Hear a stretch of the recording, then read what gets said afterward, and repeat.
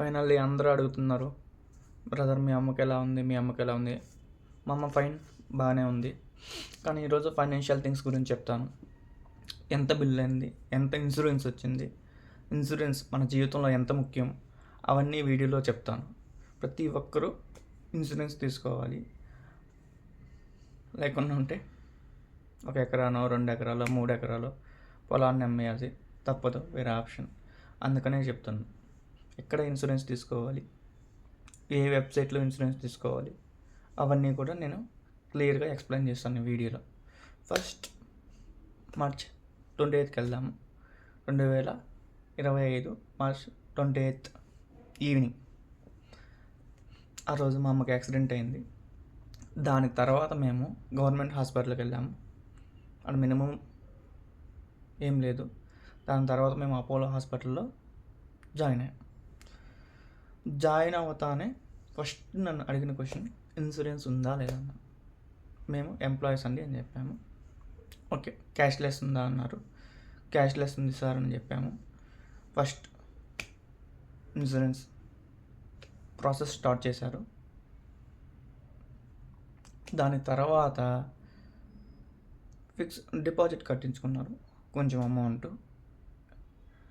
Minimum ఒక 10,000 to గుర్తులేదు నాకు, 10,000 అనుకుంటా. 10,000 చేశాము. మీకు తెలుసు కదా కంపెనీస్ ఎంత ఇన్సూరెన్స్ ప్రొవైడ్ చేస్తాయో. వెరీ లిమిటెడ్ ప్రొవైడ్ చేశాయి. ఒక 5 to 7 lakhs ప్రొవైడ్ చేశారు అనుకుంటాను, 5 అనుకుంటా. అవి మాకు మా అమ్మ ఐసీయూలో ఉండగానే అయిపోయినాయి. అంటే 5 days to 7 days. ఎంత ఛార్జ్ చేశారో మీకు అర్థం చేసుకుంటారు అనుకుంటాను. 5 daysలోనే ఇన్సూరెన్స్ అయిపోయింది. ఆలోచించండి, మేము 44 days హాస్పిటల్లో ఉన్నాం. 44 days హాస్పిటల్లో ఉన్నాం, కానీ 5 to 7 daysలోనే ఇన్సూరెన్స్ అయిపోయింది. ఓకే, అంటే మనం ఇన్సూరెన్స్ని 1 time క్లెయిమ్ చేయగలం ఇయర్కి. లక్కీలీ మా బ్రదర్ది ఇన్సూరెన్స్ మళ్ళీ రెన్యువల్ అయింది. లక్కీలీ ఓకే, దేవుడు మా పక్కన ఉన్నాడు కాబట్టి ఇన్సూరెన్స్ ఆ టైంలోనే రెన్యువల్ అయింది. ఓకే, దానికన్నా ముందు ఏం చేసామంటే మేము ఆలోచిస్తూ ఉన్నాం ఏం చేయాలి అనేసి. తక్కువ అమౌంట్ ఏం కాదు కదా, ఇద్దరు జాబ్ చేస్తున్నాం, ఇద్దరు శాలరీస్ వస్తున్నాయి, ఓకే మేనేజ్ చేయొచ్చు అనుకున్నాం. కానీ మినిమం 1 lakh పైన ఛార్జ్ చేశారు పర్ డే. ఎంత ఛార్జ్ చేశారు? 1 lakh ఛార్జ్ చేశారు పర్ డే. ఆలోచించండి మా సిచ్యువేషన్ ఎలా ఉంటుందని. ఈవెన్ జాబ్ చేసినా సరే కష్టంగా ఉంది.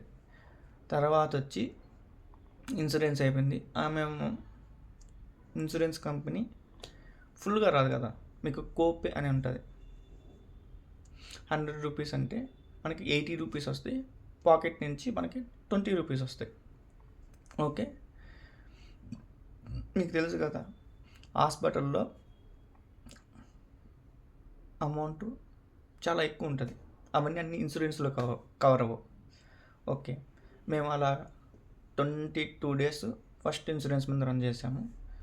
మాకు ఎగ్జాంపుల్ 7 lakhs వస్తే 4 lakhs పే చేయాల్సి వస్తుంది. This is not exact amount, example చెప్తున్నా మీకు. అలా మేము ఫస్ట్ ఇన్సూరెన్స్ చేస్తూ ఒక అమౌంట్ కట్టాం. 10 lakhs అనుకోండి, ఒక అమౌంట్ కట్టాం ఫస్ట్. అది అయిపోయింది. దాని తర్వాత మా అన్నది మళ్ళీ రెన్యువల్ అవ్వడం వల్ల లక్కీలీ మళ్ళీ ఇన్సూరెన్స్ అప్లై చేశాం. ఓకే, వచ్చింది. మళ్ళీ కూడా సేమ్ ఒక 4 lakhs అయితే దాంట్లో ఒక సర్టెన్ అమౌంట్ వచ్చింది. ఈసారి పర్లేదు, బాగానే ఇన్సూరెన్స్ ఇచ్చారు, కవర్ చేశారు. కానీ దీంట్లో ఇంజెక్షన్స్ కవర్ కావు, ట్యాబ్లెట్స్ కవర్ కావు, కొన్ని మెడిసిన్స్ కవర్ అవ్వవు. రూమ్ రెంట్ అయితే కవర్ అయింది, డాక్టర్ ఫీజు కొంచెం కవర్ అయింది. ఓకే, ఫైనల్లీ ఆ 22 days నుంచి మళ్ళీ ఇన్సూరెన్స్ పెట్టడం వల్ల ఇంకొక 20 days కవర్ చేసేసి ఓవరాల్గా మేము హాస్పిటల్లో డిశ్చార్జ్ అయ్యాం. హాస్పిటల్లో మార్నింగ్ డిశ్చార్జ్ పెట్టుకుంటే ఈవినింగ్ 7కి అప్రూవల్ వచ్చింది, ఏంటి డిశ్చార్జ్ చేస్తామనేసి. Okay, God must be crazy. ఆ రోజు మమ్మల్ని జాయిన్ అయిన మా అమ్మ జాయిన్ అయిన రోజు మా అక్కడ పైసలు చెప్పను లేవు. సరే జాయిన్ అయిపోయాము, లిమిటెడ్ అమౌంట్ ఉంది. ఓకే, మా అందరు రిలేటివ్స్ అందరూ ఓకే, రిలేటివ్స్ అందరూ అడిగారు ఉన్నాయా డబ్బులు ఉన్నాయని చెప్పాము. ఓకే థ్యాంక్స్, డబ్బులు ఇచ్చినా ఇవ్వకుండా మాట ఈజ్ ఇంపార్టెంట్ అన్నమాట. ఎందుకంటే మనకి మాటే కదా మైండ్ని స్ట్రాంగ్గా చేస్తుందని. ఎందుకంటే మాకు ఏంటి ధైర్యం, మాకు డబ్బులు లేవు అయినా ఏంటి ధైర్యం, ఇన్సూరెన్స్ ఉంది. ఇన్సూరెన్స్ లేకుండా ఉంటే మేము చాలా ఎఫెక్ట్ అయిపోయేవాళ్ళం. ఎంత ఎఫెక్ట్ అంటే ల్యాండ్ అమ్మేయాల్సింది, ప్రాపర్టీస్ అమ్మేయాల్సింది. మేము లిటరల్గా బయటపడిపోయాం. కానీ ఆ ఇన్సూరెన్స్ ఉండడం వల్ల మేము సేవ్ అయ్యాం. First time.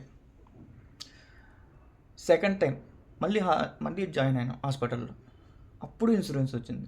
ఎందుకు చెప్తున్నా అంటే రిపీట్ చేసి insurance is very very very important అని నా ఉద్దేశం, చెప్పడం నా ఉద్దేశం. అందుకనేసి ప్రతి ఒక్కరు ఇన్సూరెన్స్ తీసుకోవాలి. First thing. Second thing, nowadays ఏం జరుగుతుందంటే టర్మ్ ఇన్సూరెన్స్ కూడా మంచిది. టర్మ్ ఇన్సూరెన్స్ కూడా చూడండి, ప్రతి ఒక్కరు ఫ్యామిలీస్ తీసుకోవాలి టర్మ్ ఇన్సూరెన్స్ కూడా. ఈ హెల్త్ ఇన్సూరెన్స్, టర్మ్ ఇన్సూరెన్స్ ఎక్కడ తీసుకోవాలి చెక్ చేయండి. పాలసీ బజార్ ఉంది, ఇంకొకటి డిటో ఉంది. వాళ్ళు మీకు అడ్వైజ్ చేస్తారు. కొన్ని డీటెయిల్స్ ఇస్తే, మన ఫ్యామిలీ డీటెయిల్స్, మన ఏజ్ ఎంత చెప్తే, మన ఏజ్, డేట్ ఆఫ్ బర్త్ ఇవి చెప్తే మీకు టర్మ్ ఇన్సూరెన్స్ మనకి ఎంత పడుతుంది మంత్లీ అని చెప్తారు. మంత్లీ కట్టొచ్చు, ఇయర్లీ కట్టొచ్చు, మనకి 5 years కట్టొచ్చు. ఇలా పాలసీ ఉంటుంది. అది 60 years సెలెక్ట్ చేసుకోవచ్చు, 70 years సెలెక్ట్ చేసుకోవచ్చు, 80 years సెలెక్ట్ చేసుకోవచ్చు. ఈ ఏజ్ని సెలెక్ట్ చేసుకుంటే తప్పుడు మనకి ప్రీమియం కూడా చేంజ్ అవుతుంది. ఏజ్ సెలెక్ట్ చేస్తాం కదా, ఇది మనకు ఎందుకు ఉపయోగపడుతుంది? అన్ఫార్చునేట్లీ నీకేమైనా జరిగితే, ఫ్యామిలీలో మెయిన్ పర్సన్కి ఏమైనా జరిగితే, నీ పిల్లలకు కానీ నీ భార్యకి కానీ ఆ టర్మ్ ఇన్సూరెన్స్ ఉపయోగపడుతుంది. ఒకవేళ కానీ 1 crore తీసుకున్నాను అనుకో, ఆ 1 crore మీ పిల్లలకి, మీ ఫ్యామిలీకి వస్తుంది. ఫ్యామిలీని సేవ్ చేస్తుంది. రోడ్డు మీద పడకుండా. తెలుస్తున్నది కదా సమాజంలో ఏం జరుగుతుందో, హార్ట్ అటాక్ ఎలా వస్తుంది. మా ఫ్రెండ్ 24 years అండి, చనిపోయాడు అతను. Heart attack. జస్ట్ చూడండి, నౌడేస్ ఎవరికి ఏం జరుగుతుందో తెలియట్లేదు. అందుకని నేను ఏం చెప్తానంటే ప్రతి ఒక్కరూ టర్మ్ ఇన్సూరెన్స్ తీసుకోవాలి, ఖచ్చితంగా హెల్త్ ఇన్సూరెన్స్ తీసుకోవాలి. దాని తర్వాతే సేవింగ్స్ కానీ, దాని తర్వాతే నువ్వు కొనటం కానీ, లగ్జరీ కానీ ఏమైనా దాని తర్వాతే. దీని తర్వాత మళ్ళీ రిపీట్ చేస్తున్నా, హెల్త్ ఇన్సూరెన్స్ మమ్మల్ని సేవ్ చేసింది, మా ఫ్యామిలీని సేవ్ చేసింది, మేము రోడ్డు మీద పడకుండా చేసింది. కాబట్టి హెల్త్ ఇన్సూరెన్స్, టర్మ్ ఇన్సూరెన్స్ తీసుకోవాలి. This 2 things. దెన్ అప్పుడుంటే మీరు ఎంజాయ్ చేయండి, లగ్జరీగా ఎంజాయ్ చేయండి, కార్లు కొనండి, బైకులు కొనండి, ఏదైనా కొనండి. ఓకే, ఫస్ట్ ఇవి 2 ప్రాసెస్. దాని తర్వాతే ఏ టర్మ్ ఇన్సూరెన్స్ బెస్ట్ అని మీరు అడగవచ్చు. అవి నేను ఇక్కడ చెప్పలేను. ఓకే, అవన్నీ మీరు వెబ్సైట్కి వెళ్ళండి, పాలసీ బజార్ వెబ్సైట్కి కానీ, తర్వాత వచ్చి డిటోకి కానీ దానికి కాల్ చేస్తారు. వాళ్ళే అడ్వైజ్ చేస్తారు, మీకు బెస్ట్ తీసుకోవచ్చు. ఇంకేమైనా డౌట్స్ ఉంటే నాకు కామెంట్లో పిన్ చేయండి, ఖచ్చితంగా మీకు హెల్ప్ చేస్తాను. హెల్త్ ఇన్సూరెన్స్ రిలేటెడ్ వాళ్ళు నాకు మనీ ఏమి ఇవ్వరు. ఓకే, టర్మ్ ఇన్సూరెన్స్ కానీ వాళ్ళు జస్ట్ మీకు ఉపయోగపడితే అదే నాకు హ్యాపీ. ఎందుకంటే నేను ఆల్రెడీ ఇన్సూరెన్స్ ఉండడం వల్లే లాభ పొందాను. ఓకే, టర్మ్ ఇన్సూరెన్స్ నాకు ఉంది, నేను హెల్త్ ఇన్సూరెన్స్ అన్నీ ఉన్నాయి, నాకు అన్నీ ఉన్నాయి. ఓకే, నేను ఆఫీస్లో నాకు అమౌంట్ ఇస్తారు, ఇది హెల్త్ ఇన్సూరెన్స్. ఈవెన్ దో నేను మళ్ళీ 20 lakhs పెట్టి హెల్త్ ఇన్సూరెన్స్ తీసుకున్నా. ఎందుకు తీసుకున్నా తెలుసు కదా మీకు, కార్పొరేట్ జాబ్స్ ఏం జరుగుతున్నాయి నౌడేస్, రావటం వల్ల తీసేసారనుకో, మనకి తీసేసిన రోజే హెల్త్ ఇన్సూరెన్స్ పోతుంది, కంపెనీ తర్వాత ప్రొవైడ్ చేయదు మనకి. ఓకే, కాబట్టి నేను బయట ఇంకొకటి హెల్త్ ఇన్సూరెన్స్ తీసుకున్నా. మీరు కూడా జాబ్ చేస్తున్నా ఖచ్చితంగా హెల్త్ ఇన్సూరెన్స్ బయట తీసుకోండి.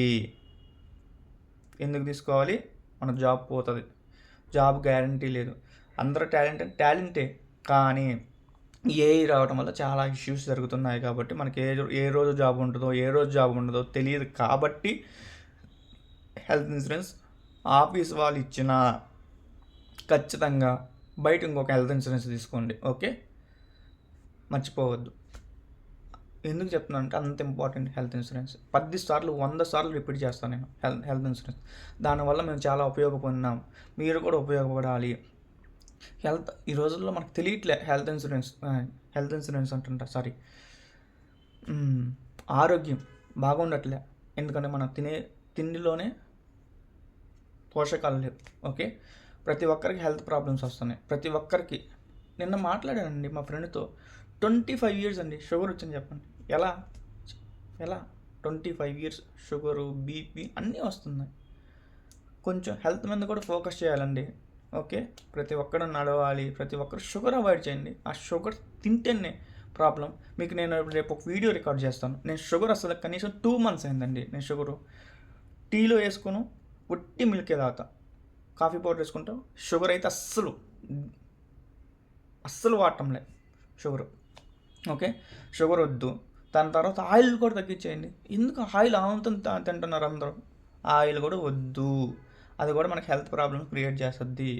ఎక్కువ ఫ్రూట్స్ మీద ఫోకస్ చేయండి. ఫ్రూట్స్ తినండి మార్నింగ్ కానీ ఈవినింగ్ కానీ. ఓన్లీ రైస్ ఆఫ్టర్నూన్ వరకే తినండి. ఇది మీకు ఉపయోగపడుతుంది. కొంచెం హెల్త్ ప్రాబ్లమ్స్ రిడ్యూస్ అవుతాయి.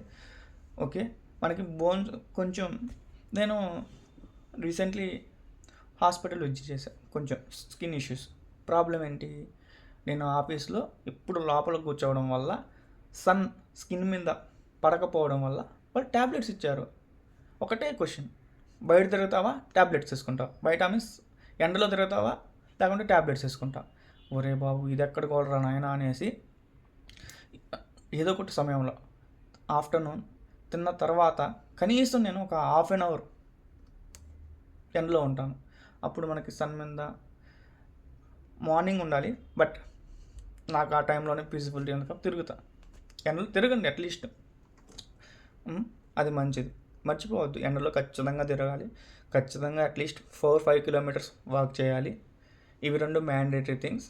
ఫుడ్ హ్యాబిట్స్ మార్చుకోండి. ఫుడ్ హ్యాబిట్స్ మార్చుకోలేదా హాస్పిటల్స్ పిలుస్తాయి బాగా.